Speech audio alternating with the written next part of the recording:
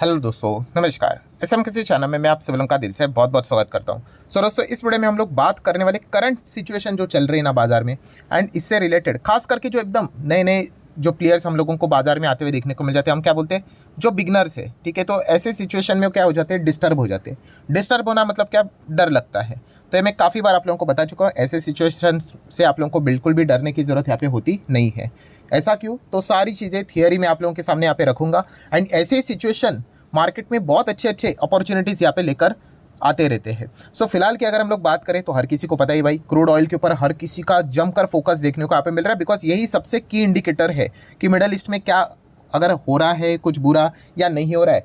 उसी से रिलेटेड हम लोग को सबसे पहले इन्फॉर्मेशन इसी चार्ट पैटर्न के हिसाब से पता चलेगी। अगर क्रूड एकदम ही भड़कने लग गया 92, 3, 4, 5, 100 क्रॉस, मतलब समझ लेना भाई सिचुएशन खराब है। एंड अगर क्रूड अभी जैसे चल रहा है 89, 90, 89, 90, 88, मतलब ठीक है, थोड़ा सा हम यहाँ पे कह सकते हैं कि मामला टाइट है, बट चलो अभी भी ऐसा कुछ बड़ा अभी तक कुछ हुआ नहीं है। बट आपको पता है इसमें सबसे बड़ी अनसर्टिनिटी वाला ही फैक्टर हम लोग को देखने को मिल जाता है। बट इसमें बताने का मकसद क्या है कि इसमें डर के कोई, मतलब बोलते ना, डरने की कोई ज़रूरत नहीं होती है। क्योंकि अगर मैं बात करूँ, चलो क्रूड को ही पकड़ लेते हैं, ठीक है, WTI पकड़ लो, ब्रेंट पकड़ लो, कुछ भी पकड़ लो, ठीक है। तो अगर मैं इसका मैक्सिमम चार्ट पैटर्न आपके सामने ओपन कर दूँ, ये maximum chart pattern all time का क्रूड का चार्ट पैटर्न है। आप देख सकते हैं यहाँ पे क्या नज़र आ रहा है, 140 नज़र आ रहा है, ठीक है। उसके भी ऊपर गया था, हम राउंडेड फिगर पकड़ लेते हैं, कितना, $140 तक क्रूड चला गया था कभी एक ज़माने में, 2008 में जो इश्यूज़ यहाँ पे हुए थे, ठीक है।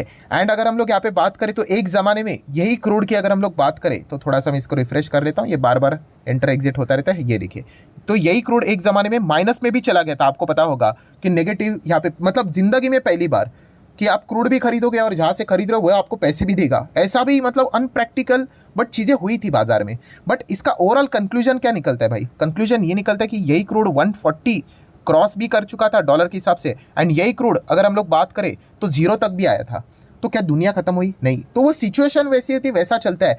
कोविड में अगर देखा गया यही क्रूड 120 के आसपास आया था, कितना, 120। तो क्या दुनिया खत्म हो गई? नहीं, वो सिचुएशन वैसी रहती है भाई, कोई दुनिया खत्म नहीं होती है। ये मैंने कितनी बार आप लोगों को समझाया है। सो क्रूड से रिलेटेड जो भी कोई कंपनियां रहेंगी उससे रिलेटेड आपको डरने की जरूरत नहीं है। एंड इसके पीछे का रीजन मैंने आपको कौन से फैक्टर के चलते एक्सप्लेन किया था, internal reason versus external reason, बस इतना सिंपल होता है। इंटरनल रीजन है क्या, ये जो चीज़ें चल रही नहीं, ये एक्सटर्नल रीजन है। एक्सटर्नल रीजन मतलब क्रूड से रिलेटेड अगर आपका कोई भी बिजनेस है, आपका रॉ मटेरियल है क्रूड, ठीक है, तो वो अगर महंगा हो जाएगा तो आपको झटका लगेगा, मानता हूं मैं। बट क्या सिर्फ आप ही के बिजनेस को इम्पैक्ट होगा? तो ऐसा नहीं है। आपके बिजनेस को होगा तो किसी आपके कॉम्पिटिटर को भी होगा, आपके जितने भी कॉम्पिटिटर है सबको होगा। तो ये एक्सटर्नल इशू है। तो गिरेंगे तो एक साथ गिरेंगे, एंड अगर कम बैक करेंगे तो एक साथ ही कम बैक करेंगे। तो ये सबसे फेवरेबल सिचुएशन होती है बाजार के हिसाब से। बट जैसे मैंने कहा कि वो डर का माहौल होता है ना, वो चीज़ हैंडल करना आनी चाहिए। तो ये पॉइंट हम लोग को समझ में आना चाहिए। और इसके चलते कितने सारे एग्जांपल है। अभी हाल ही में हम लोगों ने देखा था आईटी सेक्टर गिरा था। तो आईटी सेक्टर क्यों गिरा था? एक्सटर्नल इश्यूज़ के चलते, कि अमेरिका में मंदी है, यूरोप में मंदी है, ज़्यादा डिमांड नहीं है, इंटरेस्ट रेट हायर लेवल पे, लोग ज़्यादा मतलब क्लाइंट्स खर्चा नहीं कर रहे। तो ठीक है ना भाई, तेरी कंपनी के लिए अगर क्लाइंट्स खर्चा नहीं करेंगे तो बाकी आईटी कंपनीज के लिए भी नहीं करेंगे, इसलिए इंटायर आईटी सेक्टर नीचे आया। तो डरने की जरूरत नहीं थी। आपने देखा कि स्टॉक्स 40-50% नीचे आए थे, बाद में रिकवर भी कर गए क्योंकि एक्सटर्नल इशू था। यही चीज़ 2018 में ऑटो सेक्टर में भी देखने को मिली थी, एक्सटर्नल इशू था। स्टॉक तो भाई 70-80% तक क्रैश हुए थे क्योंकि सरकार ने कुछ नई पॉलिसी लाई थी, back to back back to back back to back, and ऊपर से कोविड का तड़का लग गया। तो क्या ऑटो सेक्टर खत्म हुआ? आज तो वो धूम मचा रहे, टॉप पे बैठा हुआ है। एक्सटर्नल इशू था।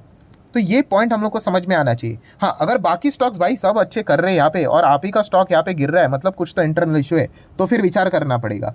तो ऐसा तो सिचुएशन है नहीं कि कोई इंटरनल इशू है, तो ये एक्सटर्नल इशू है। तो यहाँ पे जो भी होगा वो सबके साथ होगा। एंड जब भी ये सारी चीज़ें इसके पहले भी हो चुकी है, तो वापस जब चीज़ें कम बैक हुई है तो वापस ये स्टॉक्स भी कम बैक किए थे। तो ये पॉइंट हम लोग को समझ में आना चाहिए। तो इस वीडियो में हम लोग दो कंपनीज की बात करेंगे, कोई रिकमेंडेशन नहीं है, एंड दो सेक्टर को कवर करेंगे। पहला सेक्टर है दोस्तों टायर।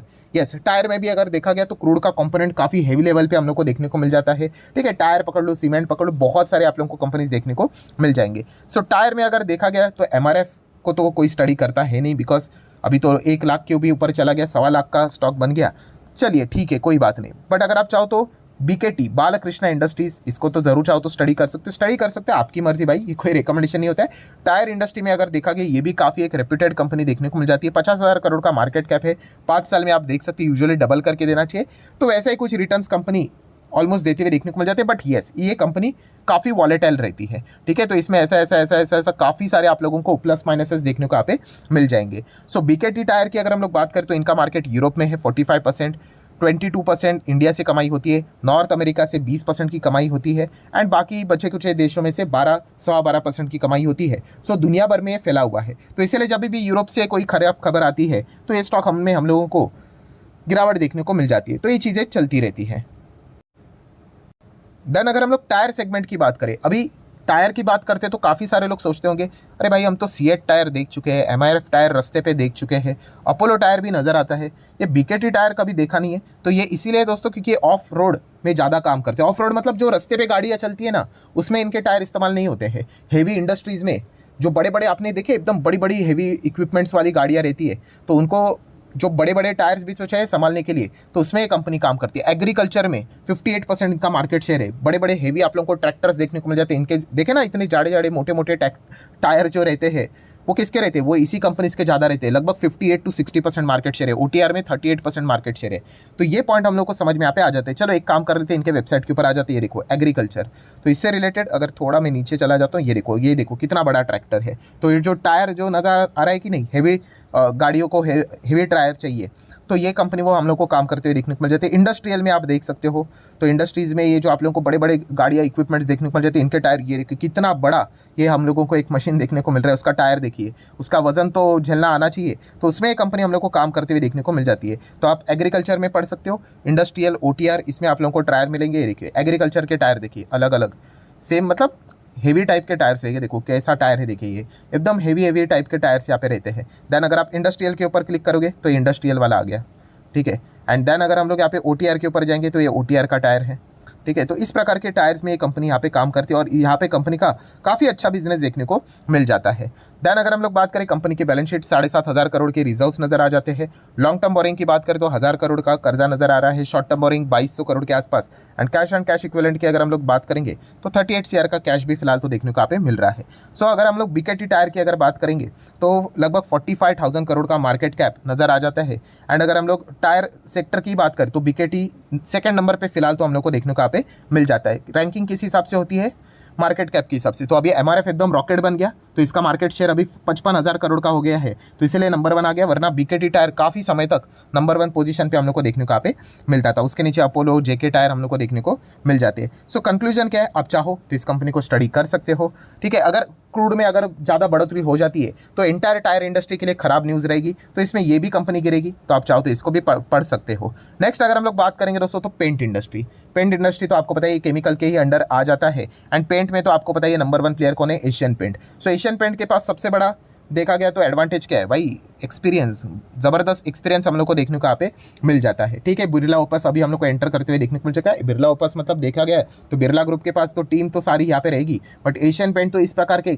काफ़ी सारे प्लस माइनस वाली चीज़ें यहाँ पे झेल चुके हैं। कोविड में भी देख लिया क्रूड कैसा डांस कर रहा था, 2008 के मंदी में भी देख लिया, उसके पहले भी देख लिया। तो इनको पता है कि सिचुएशन के साथ कैसे डील करना होता है करके। तो इसीलिए आप चाहो तो एशियन पेंट को भी रडार के ऊपर रख सकते हो। गिरेंगे तो सभी एक साथ यहाँ पे गिरेंगे, बट एशियन पेंट के पास अच्छा मैनेजमेंट है, वेल एक्सपीरियंस है। 15 से 15,500 करोड़ के आसपास के रिजर्व से। कर्जे की बात करें तो 50 करोड़ का कर्जा इतनी बड़ी कंपनी के लिए कुछ भी नहीं। शॉर्ट टर्म बोरिंग तो जीरो ही है। एंड कैश इक्विवेलेंट की अगर हम लोग बात करें तो 362 CR का कैश भी देखने को यहाँ पे मिल रहा है। सो अभी हाल ही की ये बात करें तो नियो भारत करके हम कह सकते हैं जो इंटीरियर जो पेंट देखने को मिल जाता है, नियो भारत लेटेक्स, तो इसी से रिलेटेड ये प्रोडक्ट हम लोग को उन्होंने लॉन्च किया था। ये भी पॉइंट हम लोग को देखने को यहाँ पे मिल चुका है। लगभग 3.25 लाख करोड़ का मार्केट कैप है, अपने ही सेगमेंट में नंबर 1 पोजीशन पे देखने को मिल जाता है।